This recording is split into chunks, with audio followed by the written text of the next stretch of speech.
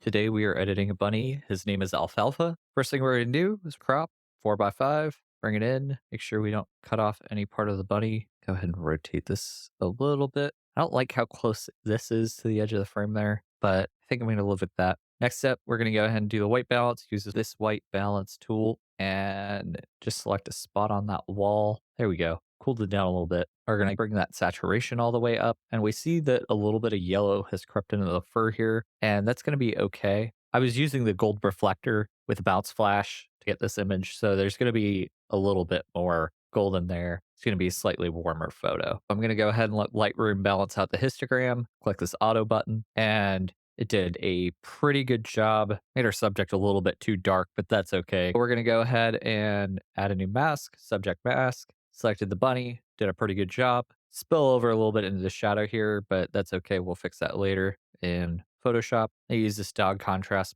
preset that I have. Did a pretty good job as well. I go ahead and bring up the shadows, bring down the highlights, increase the overall exposure. I'm actually going to take down the temperature a little bit here. I lost too much of the color by doing that.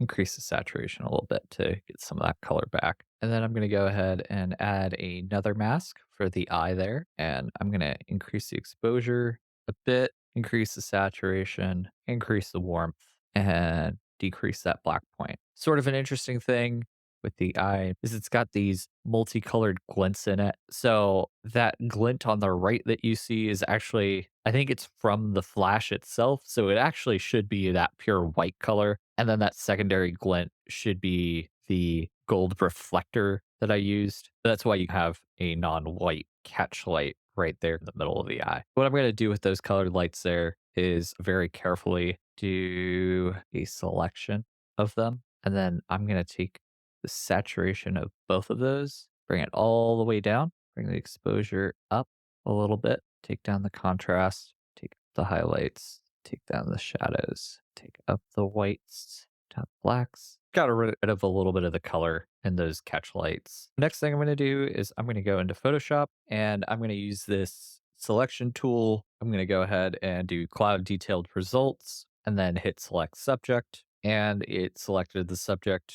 very well. So I'm going to go ahead and create a new layer just with that subject selection. I'm going to go back, do cloud detailed results, and select our subject again on that background layer. And I'm going to invert the selection. So now I have the background selected. I'm going to use generative fill to replace it. Sometimes generative fill edits the bunny a little bit, and that's why we left this subject layer on, but it did a really good job of not doing anything weird. I'm going to flatten the image. I'll go ahead and discard the hidden layer because I don't need it anymore. And I'm going to zoom in. I use this remove tool, and I'm just going to go along the edges here and look for anything weird. Right bracket to make the brush a little bit bigger. One thing about bunnies is they're usually pretty straight down here. They have a smooth curve. So just make sure that matches. You're going to have some issues here because the background and this fur color kind of match. Maybe this wasn't the best option, but I like how it blended in. So this close, you can see how much purple was introduced into this photo. When we go back into Lightroom, we'll want to correct that. And then how much green is down here that's in the fur that I don't really like. So we'll have to correct that, and a little bit of yellowing there. Go ahead and clean up that tear a little bit there.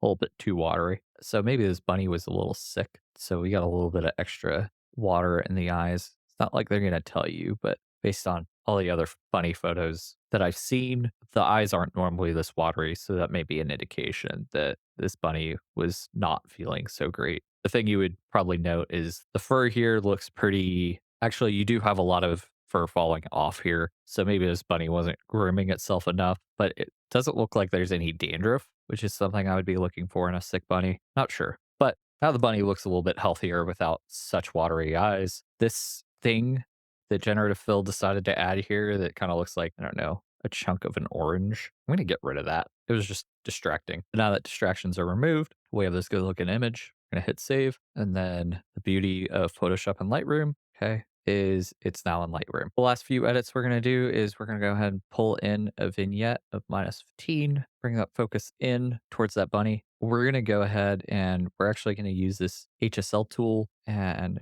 we're going to bring the saturation on those paws down a little bit. And we're going to bring the saturation in the bunny's fur up.